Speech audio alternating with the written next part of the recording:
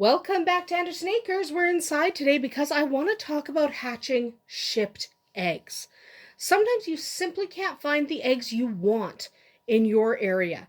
Sometimes you have a very specific breed or a very specific type of bird that you really want and nobody has them near you, so you need to order eggs from somewhere far away, or at least further than you want to drive.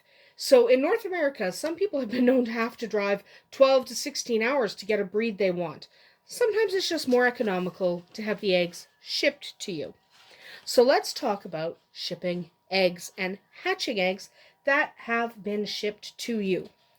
So these are turkey eggs, and they're a breed of turkey that is difficult to get where I am, but I really wanted them, so I ordered them. Now, the first thing you want to do is vet the seller. Okay, you want to inquire, see who has bought eggs from them before, if they were on time, if they actually shipped the product, because scammers abound online. So you want to absolutely make sure that your seller is legitimate. Once you have verified your seller, then what you want to do is you want to inquire about how the eggs are packaged. Okay? This is ideal. These are foam egg shippers. This keeps the eggs nice and sturdy and stable, and usually it comes with a little foam plug to go on top of the egg, and then a sheet is laid over top. So mine did come like that. I just discarded them for the purpose of this video. So I ordered 6 eggs. They were shipped in these appropriately sized foam egg shippers.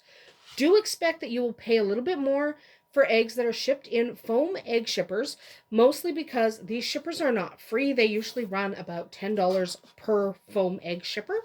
So you're going to have to eat that cost. In my experience, it is worth it. You can ship eggs. You can, if the seller is selling them wrapped in paper towels, placed in egg cartons. Those egg cartons are sealed, and then they're placed in foam packing peanuts, and then the box is sealed. That's okay too. It's not ideal. What you don't want is eggs that are not properly secured and can bounce all around, because if your eggs are bouncing all around the box, they're going to have damaged air cells.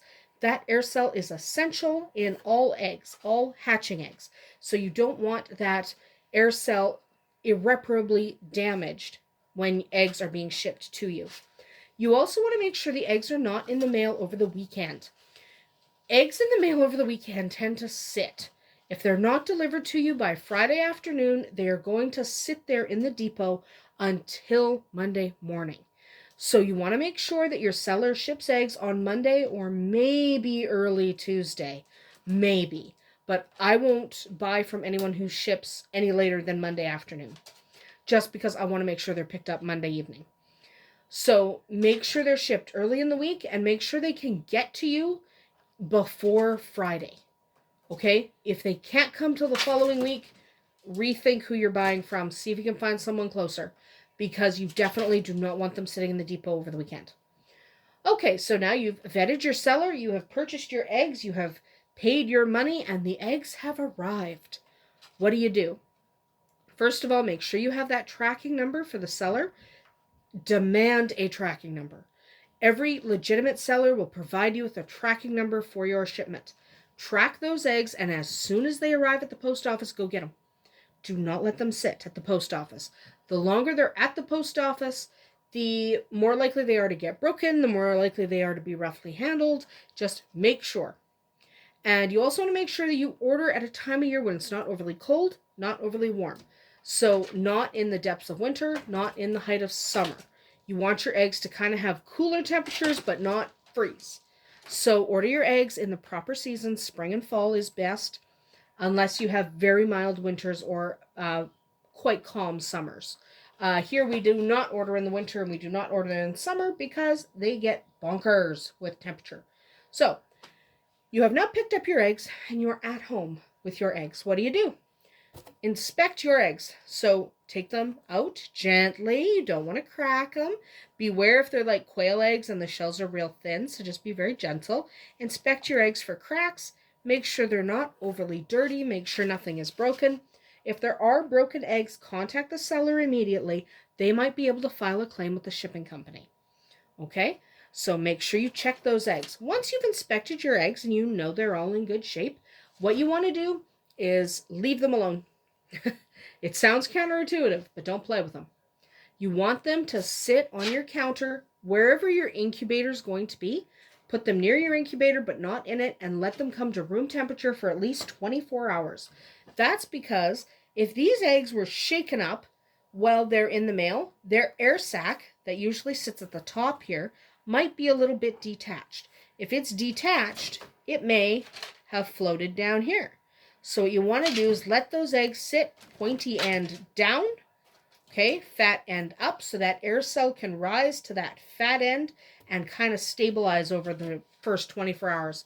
Do not stick them in the incubator unless they have settled. It is really important to let those eggs settle. So now your eggs have set. You've ignored them for 24 hours. It's time to put them in the incubator. So here's where the advice gets a little bit counterintuitive, because for a lot of eggs, not chicken eggs, but for a lot of eggs, your turkeys, your ducks, your geese, you actually want to hatch them on their sides. You want to lay them down because that's a more natural position and it allows the egg and the embryo to kind of develop the way they're supposed to. However, shipped eggs are kind of a different story. The problem with shipped eggs is they could have been roughly handled and that air sac could be floating around. So if possible, you want to incubate your eggs pointy side down. You want to put them in your egg trays upright instead of on their sides. So yes, waterfowl and game birds hatch better if they're on their sides, but if they're shipped eggs, you're going to want to put them upright just to make absolutely sure you maximize your potential for hatching. Because I want these eggs. These are turkey eggs, and I desperately want the babies. So I'm going to maximize my chance of success by putting them upright in the incubator. If they were not shipped, if they were from my own farm, or if I picked them up down the road from someone's farm nearby, I would hatch them on their sides. I would incubate them like so, okay? But because they were shipped, I'm going to incubate them pointy side down. Now, when it does come to lockdown, when you stop turning your eggs, you are still going to place them on their sides for hatching. But for actual incubating, you're going to incubate them pointy side down. So, you are putting them in your incubator. Once you put them in your incubator, pointy side down, you are going to act exactly as you would if they were not shipped. So, you will turn your eggs regularly. You will have your temperature and humidity normal for the species you're hatching.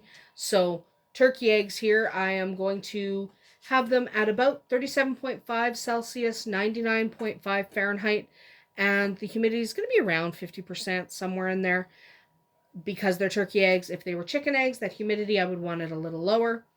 But you will do it exactly the same way you will do it if they weren't shipped. Okay, some people will tell you not to turn your eggs, but you definitely want to turn them because you do not want the embryo to stick to the inside of the eggshell, which can happen. You're going to have some people tell you they never turn their eggs, and that's fine for them. The vast majority of people will not have success not turning their eggs.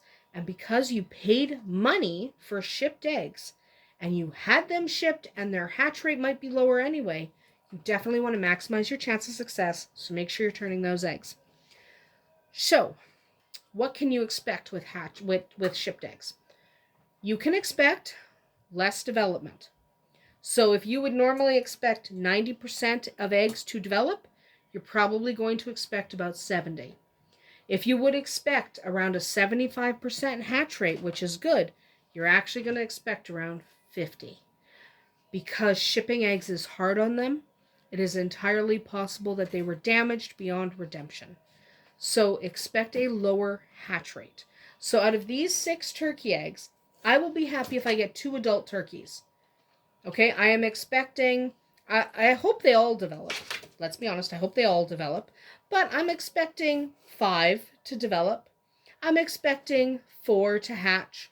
And because turkeys have kind of a high mortality rate, because they're turkeys, I am expecting 2 or 3 to survive to adulthood. So if I get 2 or 3 turkeys out of this, I will be perfectly happy. If I were hatching eggs that were laid on my farm, I would not be happy with anything less than 5 babies out of these 6 eggs. So your hatch rate will be lower. Your mortality rate might be a little bit higher because shipping can damage the embryo. There's nothing you can do about that. All you can do is maximize your chance of success. But everything else stays the same. So if you're hatching turkeys and they take 28 days to hatch, they'll still take 28 days. They go into lockdown on day 25. If you're hatching chickens, they'll still take 21 days to hatch. You go into lockdown on day 18. It remains consistent. The only thing that's different is how you handle the eggs before you put them in the incubator. So remember that. Don't let people convince you to do it differently. You don't need to change your temps or your humidities for shipped eggs.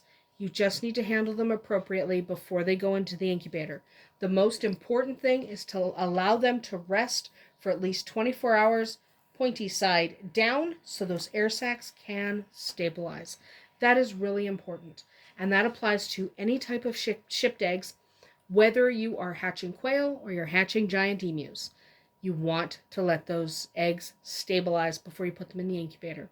And remember, you've got to work with what you've got. So if you have emu eggs, you're probably not going to be able to incubate them upright. You're probably going to have to lay them on your side just because of the size of an incubator.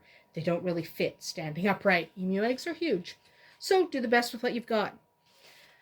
That is about it for us here today at Andersen Acres. I hope you hatch your own shipped eggs as well as can be expected. Remember, your hatch rates will be a little bit lower. We'll see you tomorrow.